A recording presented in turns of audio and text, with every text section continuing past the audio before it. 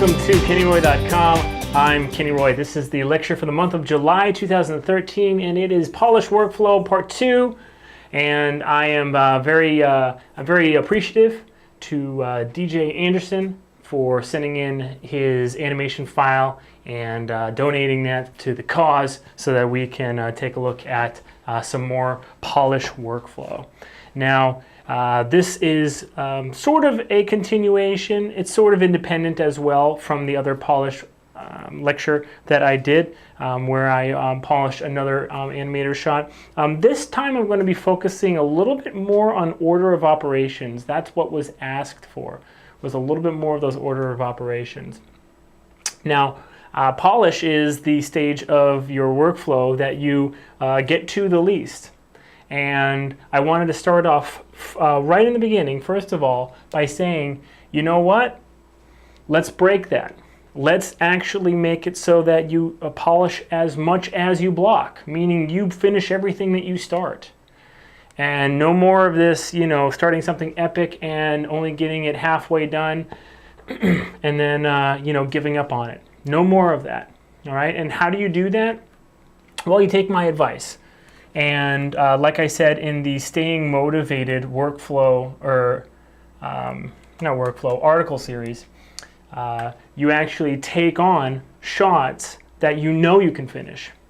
I said, and I've said this a million times, I said that if I could go back and if I had to learn animation completely over again, so like I got hit in the head, but I could remember one thing about animation that would make it so that I learned it, you know, the most in the most satisfying way, the most enjoyable process possible. You know what that one thing would be? That one thing would be to do a lot more of a lot less, meaning I would always do something like 48 to 72 frames, maybe 96, maybe 4 seconds of animation. And that would be my test. And what would they be? They would be little antics. They would be just one little kind of action, right?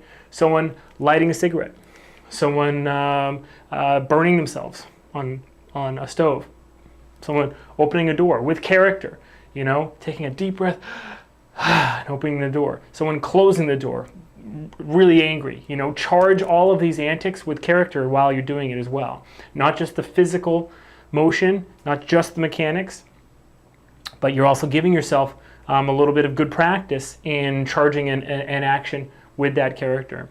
And if you do these, think of the benefits. Yeah, you might not have a 10, you know, to 15 second epic, you know, multi-character shot with all the bells and whistles and whatever, but you will be such a better animator because an animator is your workflow. And I've said this many times as well. You are not your demo reel.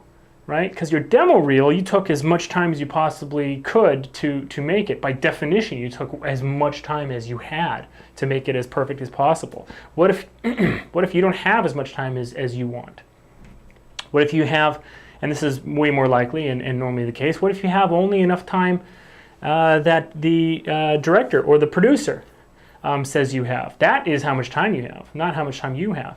Okay? So not your demo reel. That is not you, okay? A company isn't buying your demo reel when you sit down and start animating at that company the first time. They're buying your workflow. They're saying, hey, this person, we think, judging by their demo reel, sure, judging by it, but we think that they can handle whatever, 5 seconds a day, or you know, if it's like a, you know, super fast episodic pipeline, something like 5, maybe even 10 seconds a day.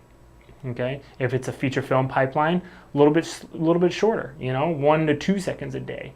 A finished, polished animation though, okay? And guess what? 1 to 2 seconds, you know, that's kind of feeling a little bit like those tests that I'm telling you to do, doesn't it? So think about this. Think about if you started over and all you ever did was like 48 frames, 72, so 2-3 second, maybe 4 second antics. And you had so many of those. You finished 100 of them even before you went to school and all throughout school. while you're given, like, let's say you're given a frame limit, you know, oh, you have to do an animation that's between 100 and 250 frames. Everyone does 250 frames. You can have 1 to 3 characters. Everyone does 3 characters, right? If you can imagine how much better an animator you'd be at actually tackling the task of an animator, which is finishing those, you know, hitting that quota. All right, and not coming up with, you know, an epic demo reel. That's not the job of an animator. The job is to actually, you know, do those seconds per day. So can you imagine how much better an animator you'd be if you had 100 finished, polished animations that are all like 2 and 3 seconds long, and and that's in addition to going to school and doing like 100 frame, you know, tests under the guidance of a mentor. Okay, I'm just trying to put things a little bit in perspective.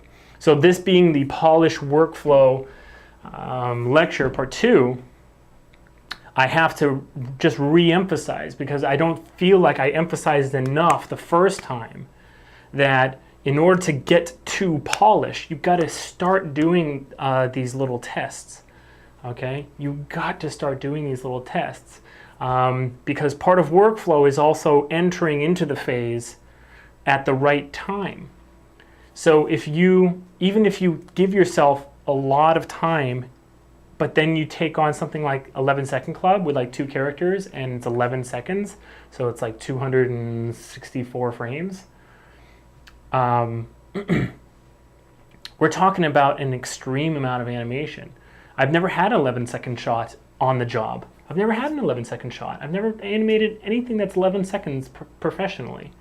Sure, I've done some 11-second club entries and 10-second club back when it was the 10-second club, and my own little things and, you know, stuff for shorts. But if you were talking about getting a job,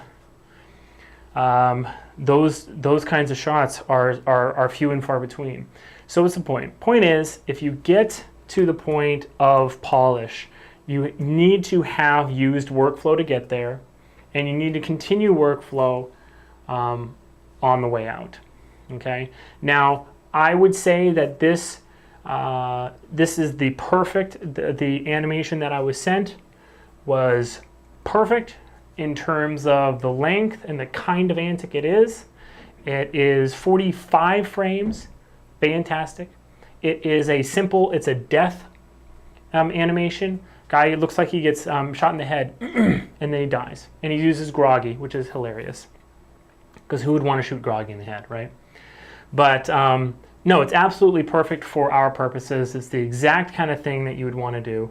And I'm going to kind of like go through the polish workflow. Now, I also said that this is going to be a little bit more focused on order of operations. Okay, order of operations is extremely important, but it is one of those things that in the polish phase is a little bit more up to you.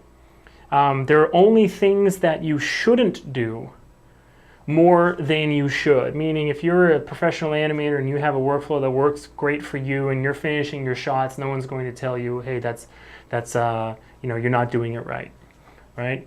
But on the other hand, if you follow that same animator back to his desk or her desk right after dailies, and they get a little note, just like a little tweak, then you might be able to see where their workflow is kind of breaking down and they're just brute forcing it.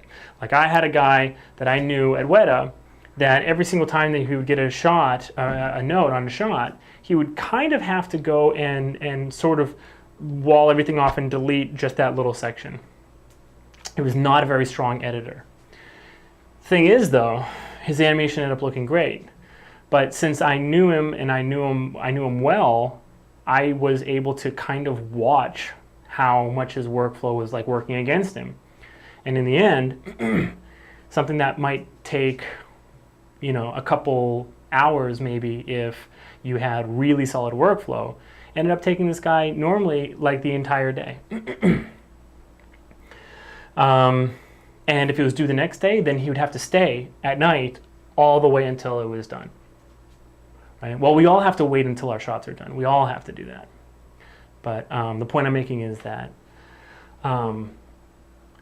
there are things that you shouldn't do. And the thing that he did that you probably shouldn't do is, as you're approaching that animation that you want approval on, that you're trying to ship, that animation should still always have as sparse keys as possible.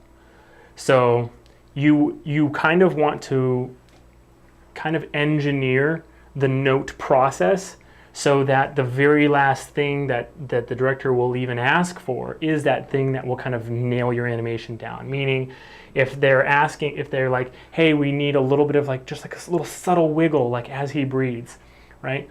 Maybe if there are other outstanding notes or other things that you want to put into the body. I'm sorry, I'm trying to clear my ears. All of a sudden, my ears just blocked. Now I'm hearing my voice in my head really loudly. I'm sorry. I think this happened in a video mail a few weeks back. Excuse me.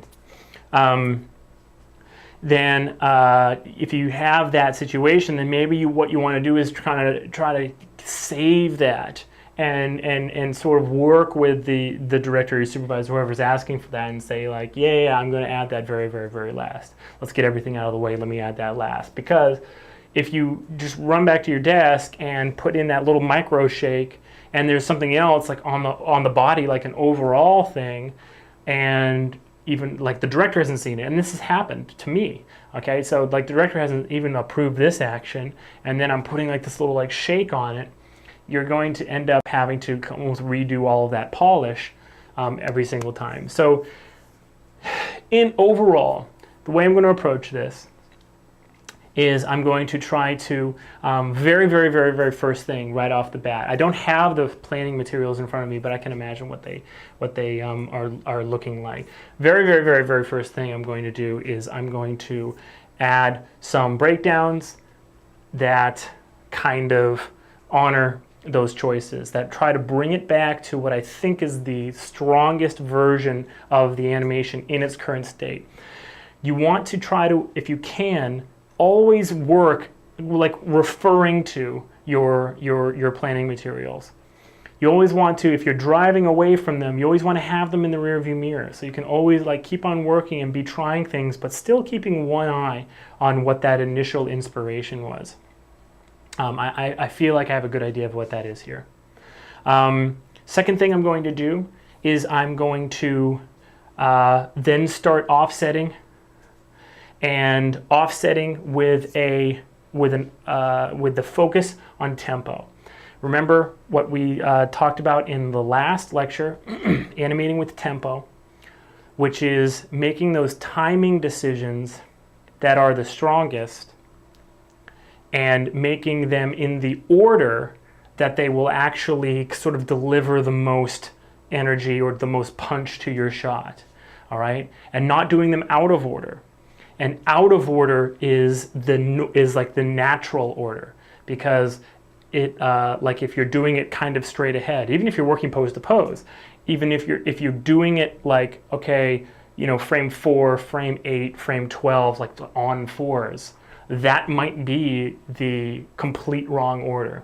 Animating with tempo, should rewatch last month's lecture if you don't know what I'm talking about, or if you haven't seen it yet. The second thing I'm going to do is be adding breakdowns with tempo, okay?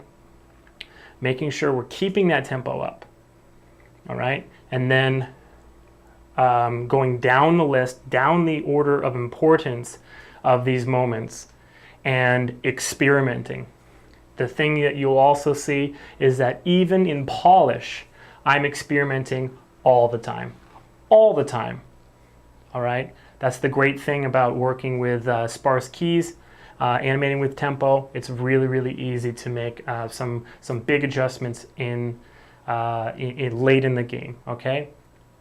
And then the last thing I'm going to do is I'm going to go through the list and kind of go head to toe on the character, okay? And so we have, I'm just going to get started on it, okay? But we have a plan, all right? All right, so first thing I'm going to do is, like I said, I'm going to go and I'm going to try to make sure that all of the choices that I have kind of honor that reference, okay? And make it really, really, really, really strong, okay? Second thing is breakdowns. with tempo. Third thing is going to go through sort of like that head to toe list. Okay, and I'll bring up the workflow checklist document as well, but it's sort of that head to toe list of offsetting eye blinks, finger rolls, toe splays, that kind of stuff. And it's just kind of head to toe, okay? I should mention that in the book How to Cheat in Maya 2014, the brand new, the updated and current version of the How to Cheat in Maya series has a good polish, that last like 5%. It has a great head to toe list. I wrote an entire head to toe list of things to check right at the end of your shot. So you can check that out as well. I think it's on sale. I'm not sure if it's on sale yet. We just bound it, and I think it's printing. So maybe they sell it. Yeah, probably on sale already. Okay, so let's take a look at the shot. All right, here is the animation. We have Groggy, and he gets shot in the head, and then he falls down and he dies. And now we have what I would say is a good blocked version of this, and it has the timing choices. And what I like about it, even right off the bat as it starts, it has that really kind of like a full body hit and stretch backwards. All right, so the first thing I'm going to do, like I said, is to try to just strengthen and push all of those choices. All right, it's never too late to push those choices. Never, ever, ever, ever, ever. Okay, you don't want to make a sacrifice at any point just because you're saying to yourself, oh well, I've already done too much, I've already gotten to this point, let me just this is good enough, let me keep it. All right, because you want to make sure, just in terms of just being hireable and like workflow wise, you want to make sure that you're the kind of person that if you get a note at any stage that you can implement it. Okay, so let's not be scared. Okay, so I feel like with this hit that the pose is done a little bit to camera. As I sort of like turntable this pose a little bit, my camera's a little bit too long focal length. Let's take it back down to like 80. Okay, or like 50. There we go. Okay, so so here's the shot camera. Let me just it's being rendered square aspect ratio, which is fine. Doesn't matter. Okay, but this pose looks a little bit towards camera. It looks like he kind of did just cheating a little bit. The center line of our character is twisted towards camera. He's cheating it a little bit, and it's not as strong in the round as I think it could be. So first thing I'm going to do is I'm just going to try to push this pose just a little bit. Okay, we get a little bit of moving hold here, that's fine. I'm just going to try to give this, just honor that original choice just a little bit more and not cheat it so much to camera, but also make it work hopefully better to camera. So I'm just going to push a little bit. I'm going to do a little bit more extreme in the body and see if we can get a little bit of range back. And let's have this line, let's have a really strong line right up through here. Okay, so he doesn't square off his shoulders and just kind of just have this forward facing cross right here. Okay, and I'm going to do this in camera. Just kind of find the range here. Okay, so that's his body. His hands do a little bit of a moving hold. I'm going to put that back in using my quick moving hold workflow, which is just to kind of copy the pose, okay, like I did just now. These look like they're on ones. Okay, that's fine. So I copy the pose, and now on this pose, what I'm going to do is I'm going to make both hands just settle just a little bit. Okay, now that's too much. Okay. So let me quickly copy the pose on everything but the hands, actually, quickly. Okay, so those don't move. Okay, so now, but these hands are moving too much. Okay, so then it's very easy. I'm just going to middle mouse drag and kind of like water it down. So let's go halfway and hit S and then see how much they move. Okay, that was too much. Okay, let's go like 3/4 and copy it. Let's go 3/4 again, copy it. There we go. Okay, so there's just a little bit of drift. I'm going to do the same thing in the body. Okay, so the body is a little bit different. What we're going to imagine is that the character is kind of like settling throughout his body. So it might not be actually, he might not actually rotate forward anymore, because if you had to hold this pose, you'd probably start falling down a little bit like this and rotating still even more back, right? So I'm just going to grab, and this is a little bit quick. This is quicker than I would do it if, you know, I was being paid by the hour. You know. So now we have this settle in the character, which is again way too much, right? It's way too much, but we're going to do the same thing. We're going to water it down. So I'm not going to go probably halfway. Let's try halfway first. No, it's too much. The rotation is too much. Let's try to go halfway again, or like 1/4. Let's do about halfway of that. Okay, so now we have a little bit of that moving hold, but we got to adjust the arms. Why do we have to adjust the arms? Because the arms are settling, but this one is settling nicely because it's settling in sort of conjunction with the movement of the body. This one is just moving too far. Okay, so I'm just going to bring it back. I'm going to jump back and forth. Okay.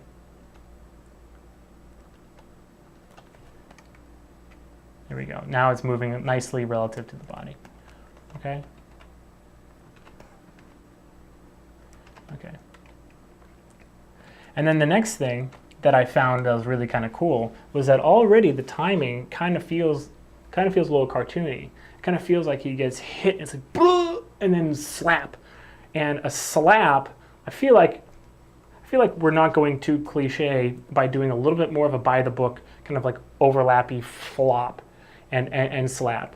And so kind of some of the shapes that I'm seeing in the body right here, he almost like takes a C shape like this, and that is not as hard an impact as if it really like kind of like whaps downwards. So let's fix that. Okay. All right, and this also, just to mention, this also needs to honor the contact workflow as well, right? Because this is too much of a pose change, if you ask me, already as well. You know, before he actually hits, and the impact is actually getting hurt. So I'm actually going to set a key on the entire spine on this frame. I'm going to delete this one. We don't need this one. Okay, we don't need this one either. Okay, we actually just need a key that is sort of the moment before he hits. All right, and he's still, and the rotation is still kind of like not all sorted out. So I know this is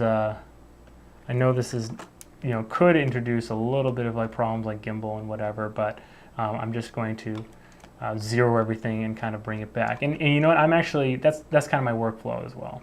I do like to zero things and kind of, you know, keep everything, just make sure that I kind of really chose the rotation kind of like at every moment. All right, so the rotation in the spine here, we know that it's kind of like already set that pose, and I'm going to revisit that. So let's make sure that he goes from this, and let me delete all this stuff, and then kind of explicitly choose the right pose. I mean, already it feels a lot more like kind of like a slap, which is good. Okay, and we'll address all that stuff kind of like being like not offset yet.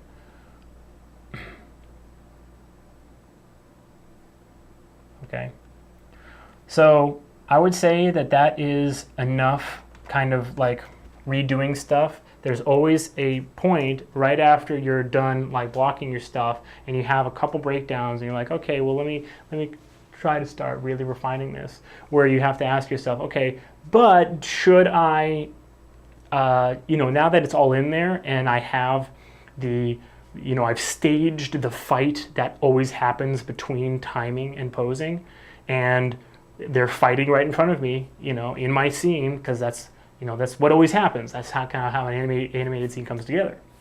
Now that fight's happening, who do I want to win? And let me actually kind of like stack the cards in their favor. So even though you might be blocking and adding things, and you get to a point where like, oh yeah, well, I've added enough that I can say that, okay, this is kind of like what I want. Still do one more pass before you go into real polish. Still do one more pass, like I just did, to try to make things just that much stronger. Okay, because you'll be very happy that you did. Okay, now I'm going to add the closer breakdowns. Okay, and this is still technically the end of blocking plus. This is not quite into polish, but the workflow, it flows very quickly one into the next. So because that is how it works, I want to show you that process happening. So the next thing I'm going to do is add breakdowns with tempo. All right. Now, what does that mean? Remember from the last lecture, what it means is that we're going to actually only set the breakdowns on the moments that are the most important for determining and distinguishing our timing choice from a standard timing choice, or from Maya's timing choice, or from another animator's timing choice. All right, and those are the most important ones. So what are the breakdowns that we need to actually start working with tempo? The first thing is that I think that the impact of the bullet needs to be really explicitly chosen, because we have no idea like how it's actually going through right now. I'm just going to just see, because I want it to happen on the same frame that it was before, frame 8. Okay, and now I'm just going to kind of make this go a little bit faster. What is going on? Does this translate? Yeah. Okay. Okay, cool. And it was just a sphere, and I scaled it so that it looks like it's actually going really fast. It's almost like I cheated and almost made it like a smear. Okay, it might be going a little too fast now. All right, let's just make everything linear, please.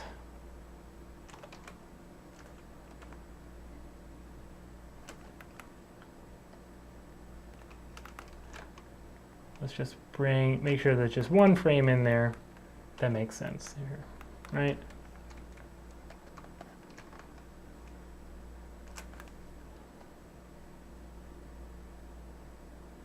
Cool.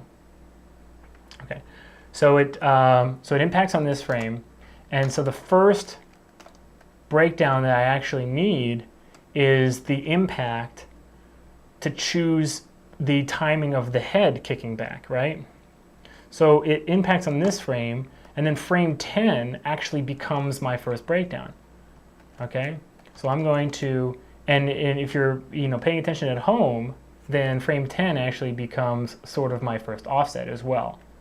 Okay, so what we need to do is we kind of need to cheat this so that it doesn't sort of start that motion that we've established in the reaction in the body, and it almost kind of looks like its own thing. Let's see what this looks like.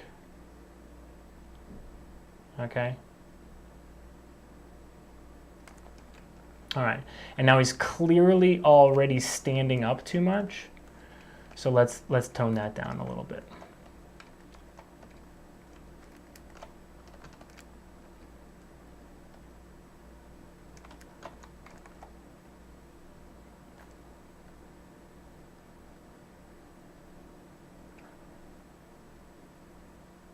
Okay.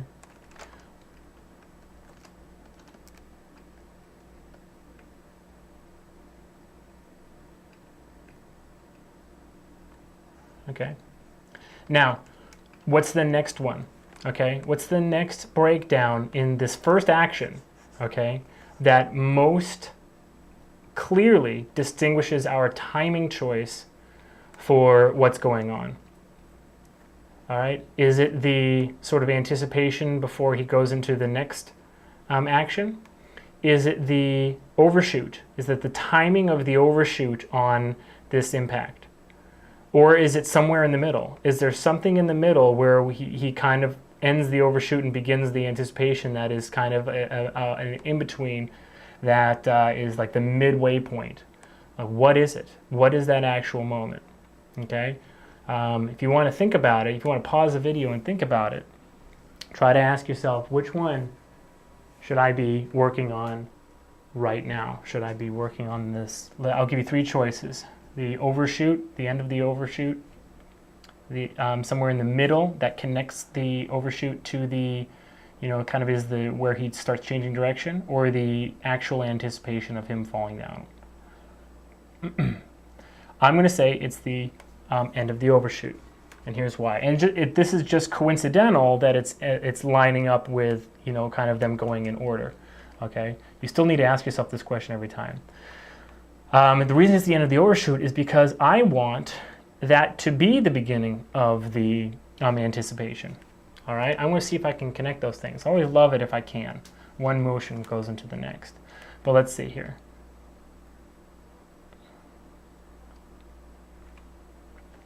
Let's give him 3 frames. I'm going to say let's give him 3 frames to kind of push this even further. All right, and I'm going to actually offset the head 1 frame as well.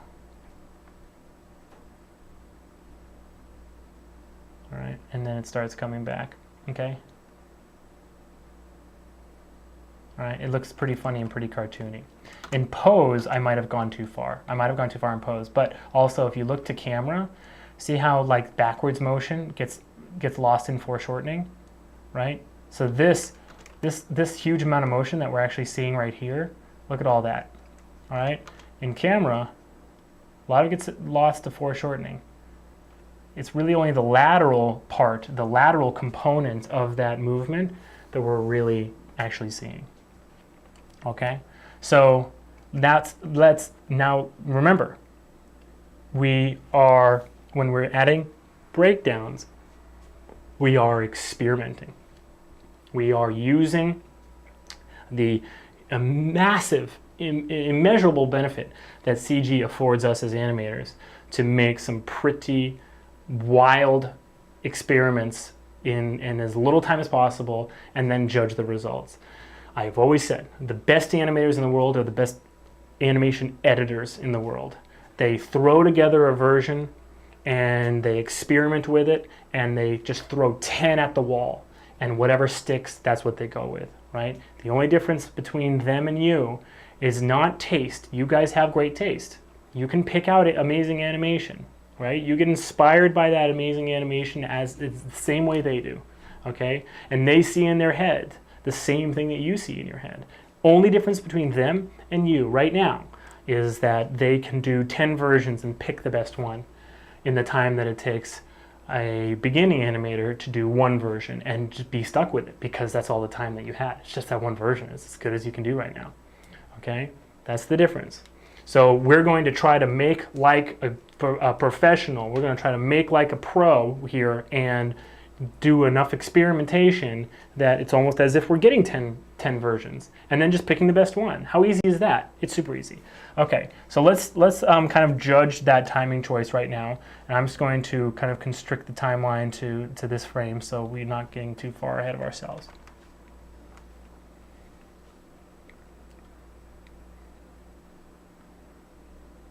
Okay, I think it's too fast.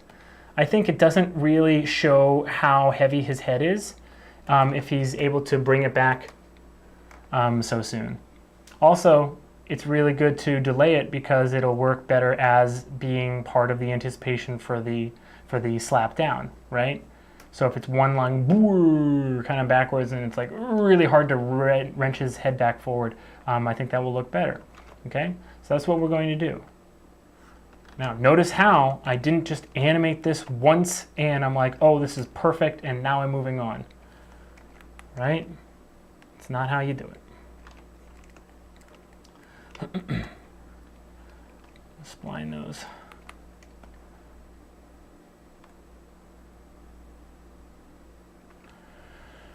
Let's push it like 3 more frames.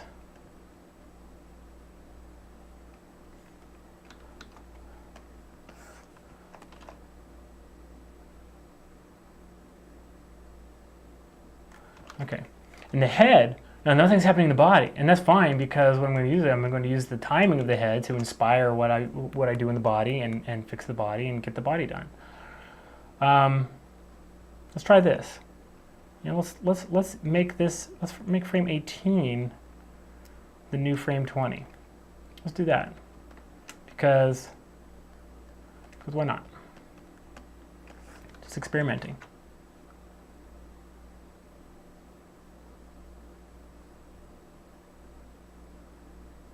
That's awesome. That's awesome. Yeah, it's going to really work. So let me kind of propagate that timing choice back down into the body. Okay, so we're using this new breakdown to sort of say, you know what, now we're in a good spot with the impression, with the strength of this timing choice. Now let's kind of like make the whole body work it, right? Okay. So the whole body needs to kind of go into something just a few frames sooner than this, right? Maybe 1 or 2 frames. So let's try frame 16. I'm going to copy frame 12, and then I'm just going to go a little bit further on 16.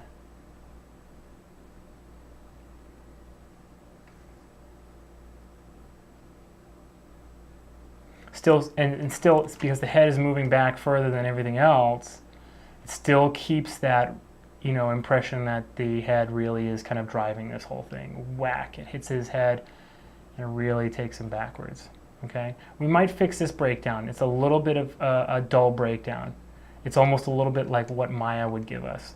In fact, let's see what Maya would give us. Here's the first one.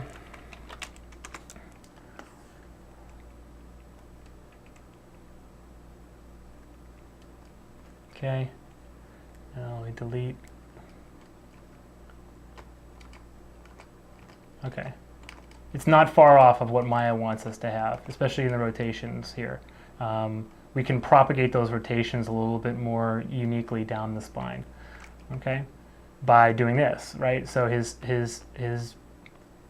going to rotate from the top down first, right?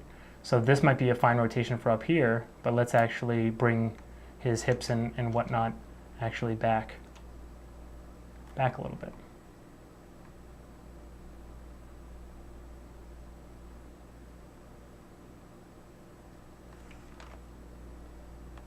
Okay.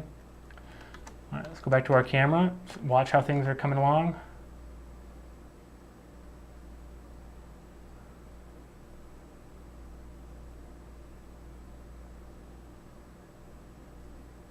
Okay. Let's make the arms work with our new choice.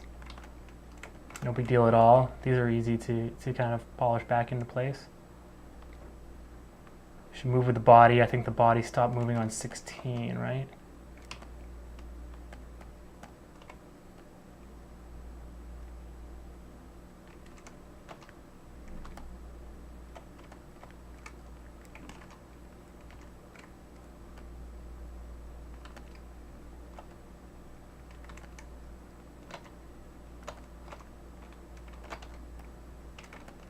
Can I have pull vectors?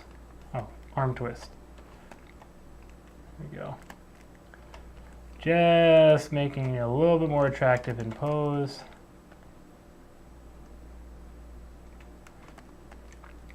Probably not so far forward.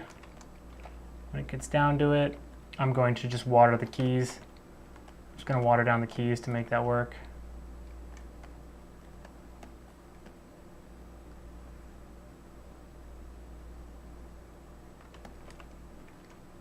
A little bit of overlap. See how this one's overlapping? Looks kind of nice.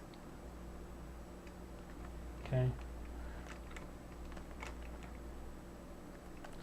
Now let's water this down just a little bit, right? Grab these keys, middle mouse drag. Oops, sorry. Yeah, middle mouse drag. Make sure that was the right keyframe.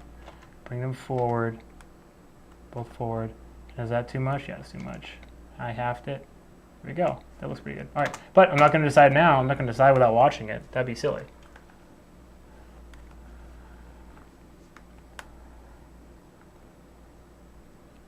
Okay, cool. All right, so now let's just make sure, I always prefer that the phrases are very, very, very separated, very delineated. So looking at this animation, I'm very happy to see that we have like kind of like the first section that's like working. Because it's way easier to blend two phrases together than it is to kind of have like soupy animation going like in and out of each other and to try to rip them apart.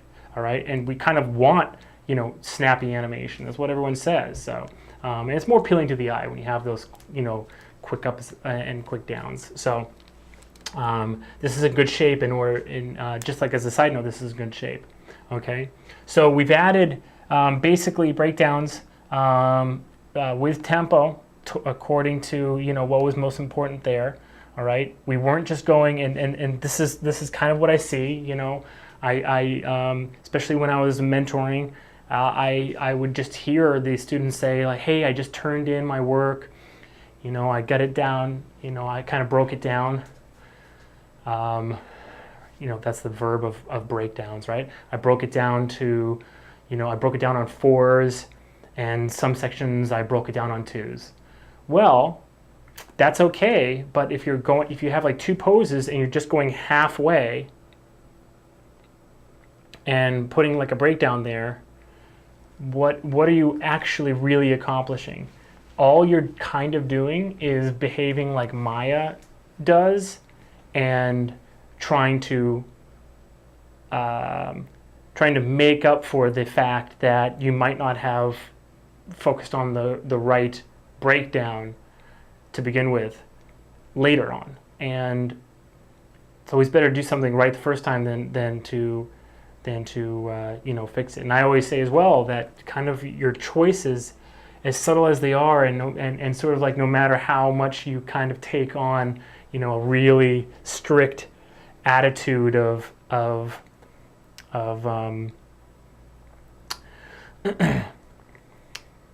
you know, no matter how much of a stickler you are on saying like, okay, my choices, I'm going to be, you know, really, really, really thoughtful about my choices, and I'm going to get every single choice I make, I'm going to make sure that is the right choice by being super thoughtful and thinking long and long and long and long and long and hard about it.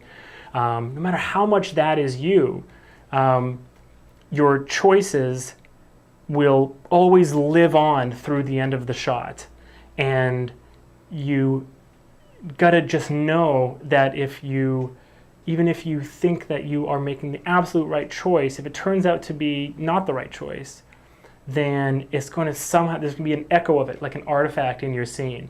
And an artifact in timing is what is going to have a note added to your shot. Posing, not as much.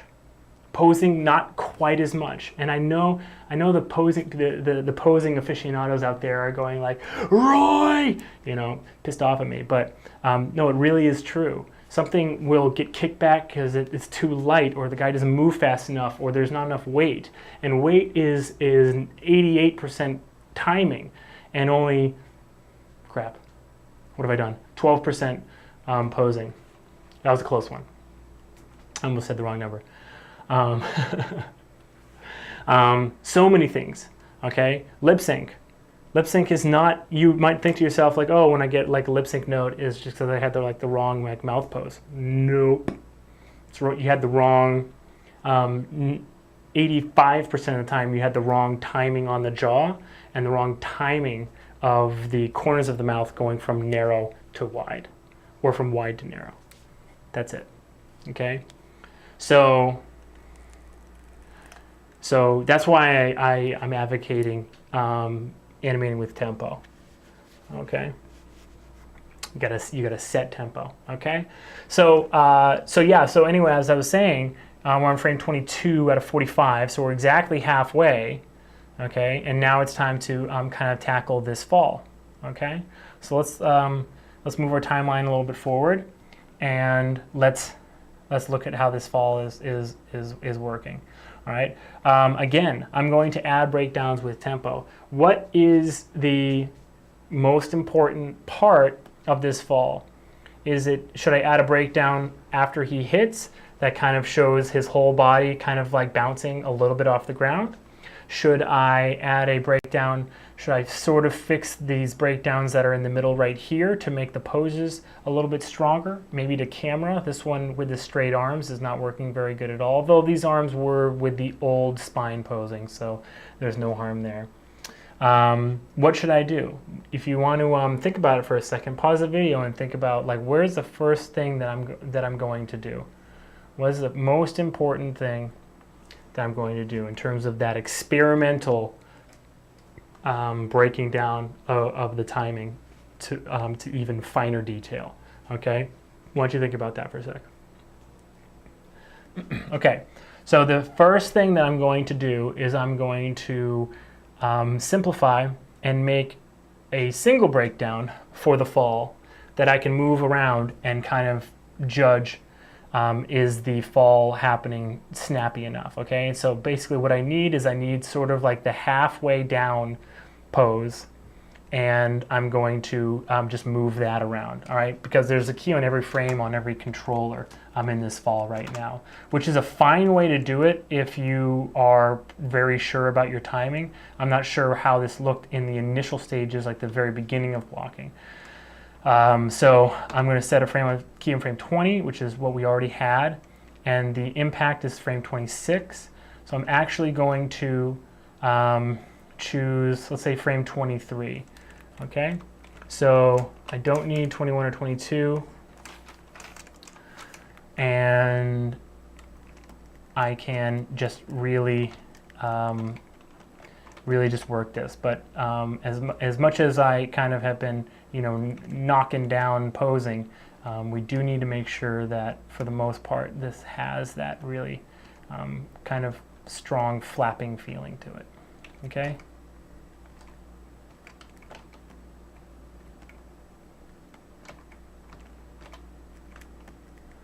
Feels like his shoulders are really high too.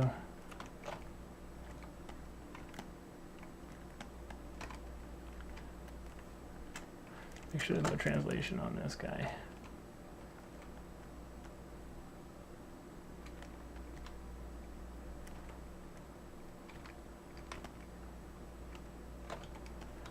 Pose that to camera a little bit. Okay.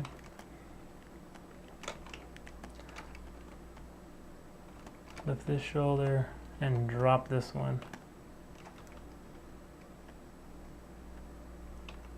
Don't want to make a tangent. A tangent is, if you've never heard of this before, tangent is basically where you have a lot of things that have contours and different planes in the composition all touching, okay, all terminating at each other. So if you look at the contour of his chin right here, right, that follows this, and his neck, which goes up behind, and his shoulder, which is behind all of it, then they all kind of meet right here, right? And that actually makes everything seem a lot more flat, okay? So what I'm going to do is I'm going to just go like this, and now we don't have that nasty tangent where everything is kind of meeting. We have, it feels like his shoulder's actually behind his head now, right? So that's just, that's kind of like, minutia, but, definitely important. Definitely important. Okay. So I don't like how we're losing his feet. I'm not sure if there's much to be done about it, because everything I've done with Groggy, I've kind of noticed that his feet have a habit of hiding away. Oh, we got that one back. Let's see if we can get just a peek of this one. Can we?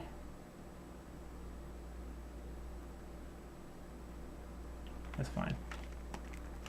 Okay, so I'm going to set a key on all. All right, and so this is kind of like my new breakdown. Okay,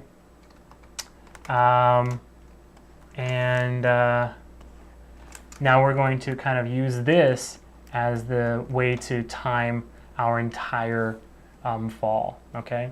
So this is what I like to do. I like to go back to step preview, okay? And I like to have the dope sheet, if I can find it, here it is. I like to have the dope sheet open, okay? And now dope sheet summary is all of your selected controls, okay? So it's the summary of everything that's down here, loaded down here. So this is what we're going to use. You can use scene summary if you wanted to, or character sets work, but this is going to be fine for us, okay? So here we are. Here's frame 23, okay? So I can select this in the, of course I need to be able to select it for it to work. Okay, there we go. There we go. And then middle mousing just works like normal, okay? But I'm going to be very experimental right now. I'm going to say, what if he is like up here, like hanging for like almost like the Leaning Tower of Pisa before he slams down, all right? So let's go like this. Let's grab everything and make him lean for a lot longer, like that, okay? Let's just try it. Again, this is you're watching me literally as I'm doing this the very first time, all right? So this is the process. This is how open and editable I like to keep things, okay? Here we go.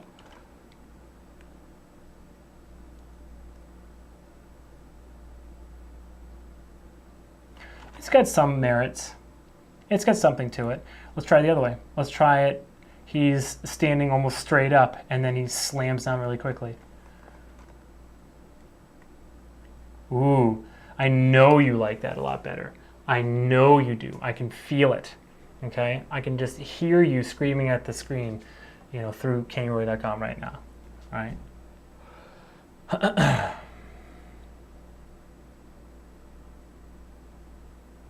Cool. And you know what it does? It almost adds a moment where he looks like he might be okay, but then all of a sudden he almost like he anticipates and falls. Let me expand my timeline a little bit so we're seeing a little bit more of the animation.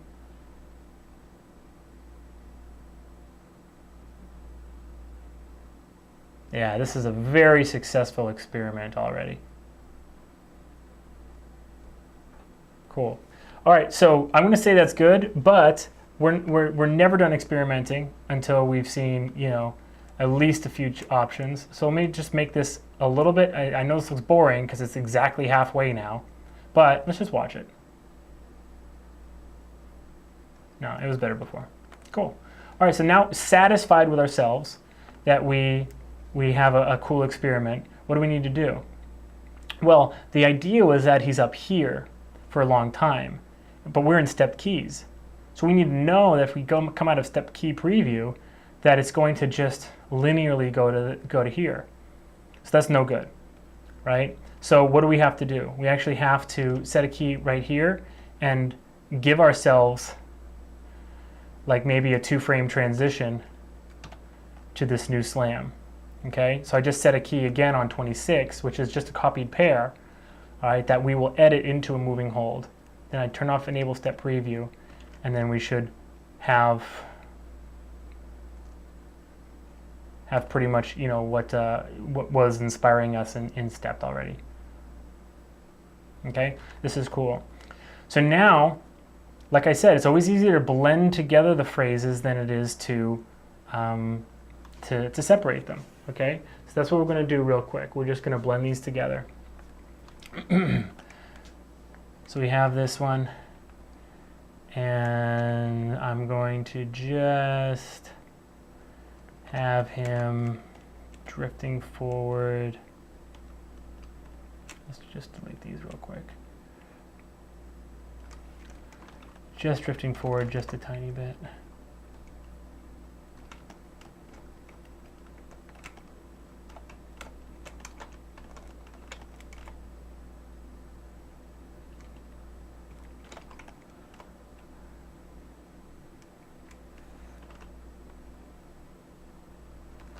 This is really cool.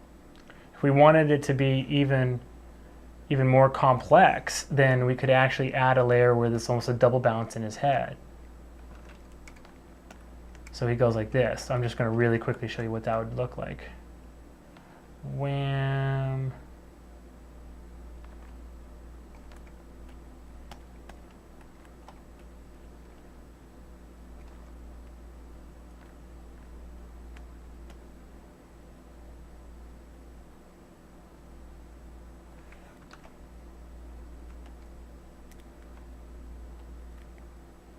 See that?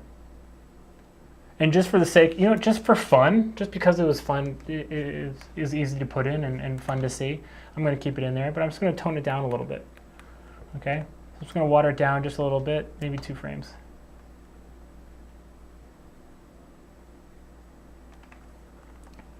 The translation is actually giving me a little bit of grief. There we go. I'd much rather see the rotation there.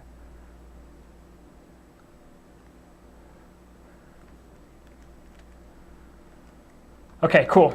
So adding that breakdown, or kind of refining that breakdown, using that to give us our timing and define what we want this flopping kind of land to look like, really set us ahead on this shot. And it's almost, and I know you can tell this, it's almost kind of going to animate itself from here on out, because you have a pretty kind of like by the book flopping arms, and body settle to do. The way I like to do that is to kind of take the big controllers, kind of bounce it up a little bit,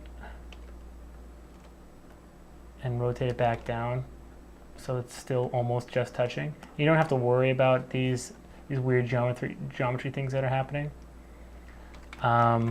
And then kind of do almost like just like an overlap workflow.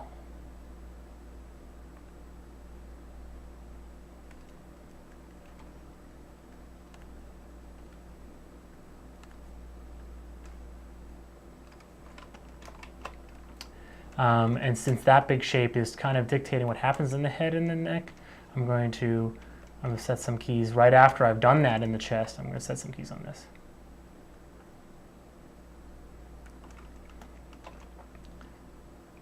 This frame should be the most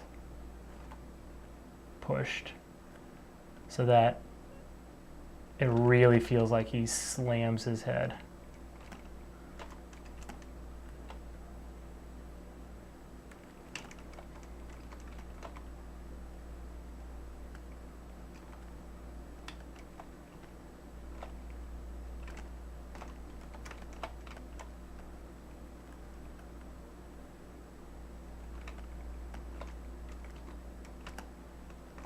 I'm kind of posing in 3D right now and not really to camera, because I feel like it's going to actually work out for me a little bit better to camera if it's working in 3D. You can kind of use that as a rule. If it's working in 3D, you're kind of a little bit, it's not the other way around, right? If it's working to camera, it might be broken in 3D, but if it's working in all directions, like truly working in 360, then you're probably going to be a little bit better off to camera. Not always, but sort of, sometimes. Nothing's a rule. Rules are meant to be broken.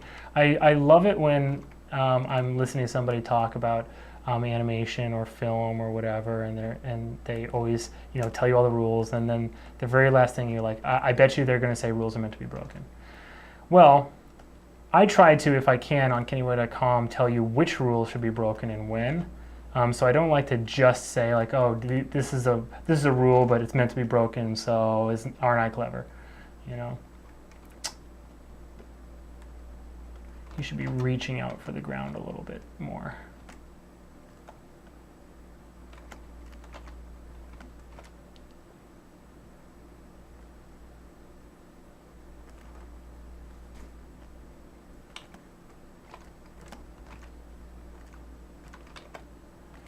Now I'm just doing the same thing I did on the chest, where it bounces up, but it almost kind of follows an overlap workflow, right? Where you have the rotations kind of after the translations, right?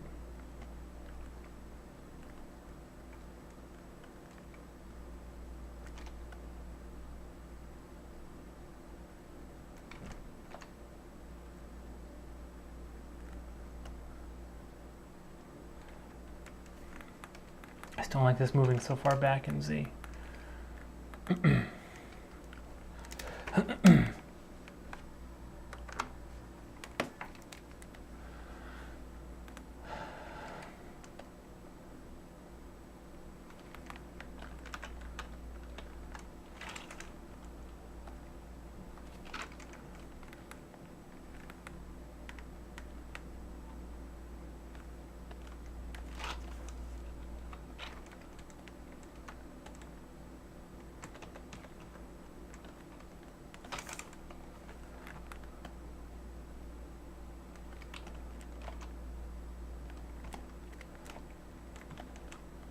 This is kind of just working penetrations and whatever. Okay, see how that looks.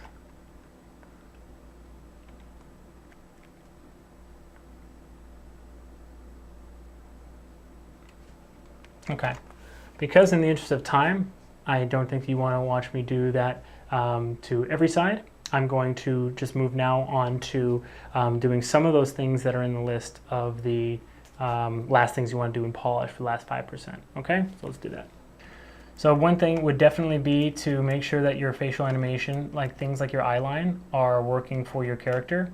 I don't think that you can constrain Groggy's eyes to his eye target to his head. I don't think that's one of the options. But on a really fast motion, sometimes I like to use the head, the aim on the eyes that is connected to the head.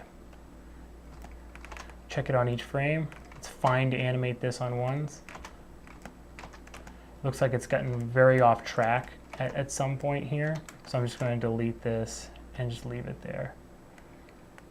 Okay.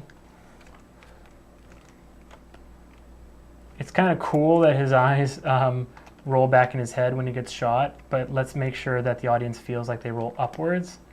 And then the cardinal rule is to never lose the eyes like this, but I guess it's okay if we're doing something like this where he's actually getting shot. Then I'm going to have the eyes come back, but I'm always going to have them way high up here. Okay. Things like foot roll, you should look at. Looks like there's a little bit of that done in this shot. You should look at trying to anticipate the action, happening with a little bit of foot roll. So I'm going to actually put a little bit of foot roll, just a tiny bit, on this frame, right? So he's just about to move forward. And then I don't think this should move upwards. So I'm just going to polish this. I'm just going to copy this key, move it back a little bit. There is already a little bit of toe roll on there, so that as it slides backwards like that, it kind of comes off there. Again, I know I can move on ones. There's no reason I can't move on ones now, because we're kind of giving, that last kind of look here. I'm going to rotate this backwards a little bit. So it looks like it pops off. See how it looks like it slides off the ground there? Okay. These feet they look like they get off track. So I'm going to do the same thing that I did before. And just kind of delete it and see to camera, okay, how it's working. I'm just going to give it a little, like 2 frames to kind of flip itself out and then land on the ground like that.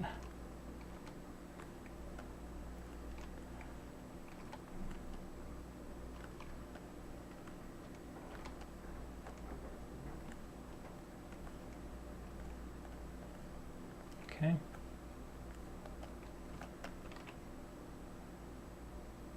Okay, see how now it looks like it actually slips and pushes off? Don't polish things that are completely hidden to camera. We already kind of identified that this back foot right here is really doing nothing for us. So, and on that breakdown, which has become the new frame 28, that's the only look that we get at that that foot anyway. So I don't need to actually polish it. It's completely hidden. Okay.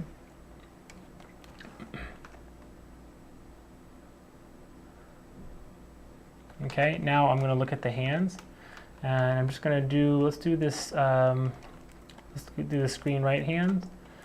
And actually, let's do this one.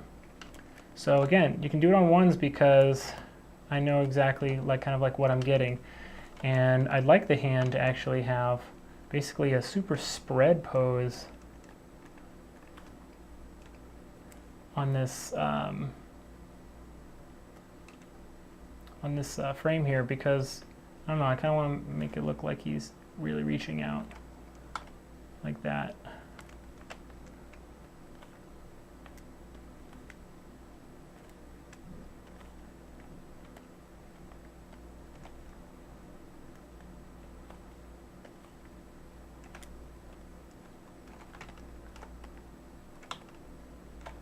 Check it to camera. See, I'm losing all of it in foreshortening. If I'm going to get a read, it's either going to be there or it's going to be there. And that's too broken for me, so let's just take it down.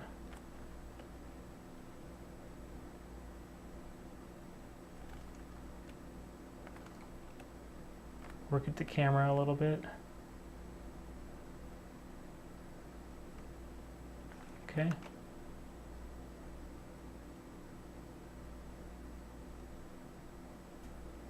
Okay, cool.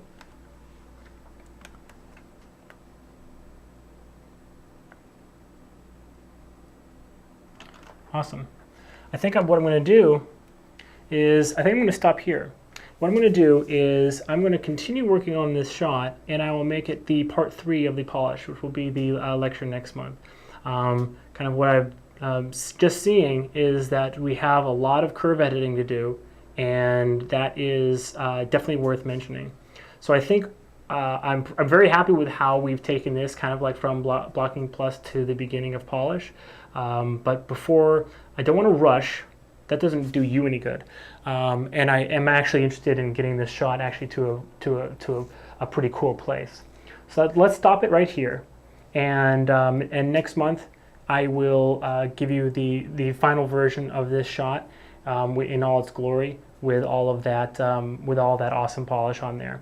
But hopefully you've picked up on the first 2 parts that I talked about, which are take another look first off right when you're trying to push it in from one phase to the next phase in your animation. Take another look at how the choices are being honored, and is it as strong as your thumbnails, and is it as strong as your planning, and are you happy with the impression that you're giving right now? Next thing, breakdowns, add them, all right, with tempo. Really establish those very unique timing choices and do them in the order that they are going to define the most and lock in the most and sort of express the most, okay? I showed you a little bit of the stepped preview workflow for doing experiments while you're doing those breakdowns with tempo. You have to experiment, all right? How else are you going to see those 10 different versions that a professional can see in the time that it takes you to do one? How else? I don't know how, okay? And then we were very careful too, though, because not only were we adding breakdowns in stepped preview, but we were also making sure that we weren't going to lose those inspiring timing choices because I added a copied pair before I came out of step preview. Okay, and then we were just about to start going into the final 5%, but I want to add that. I want to really take my time and do that right. We'll do some curve editing and we'll do the final 5% in the next lecture, okay? Thank you for watching. I hope you got a lot out of it. If you want to suggest a new lecture for me to do, then just put in the resource wish list on the forum, and I look forward to checking those out, okay? Thanks a lot. Good luck with your animation. And as always, rock it.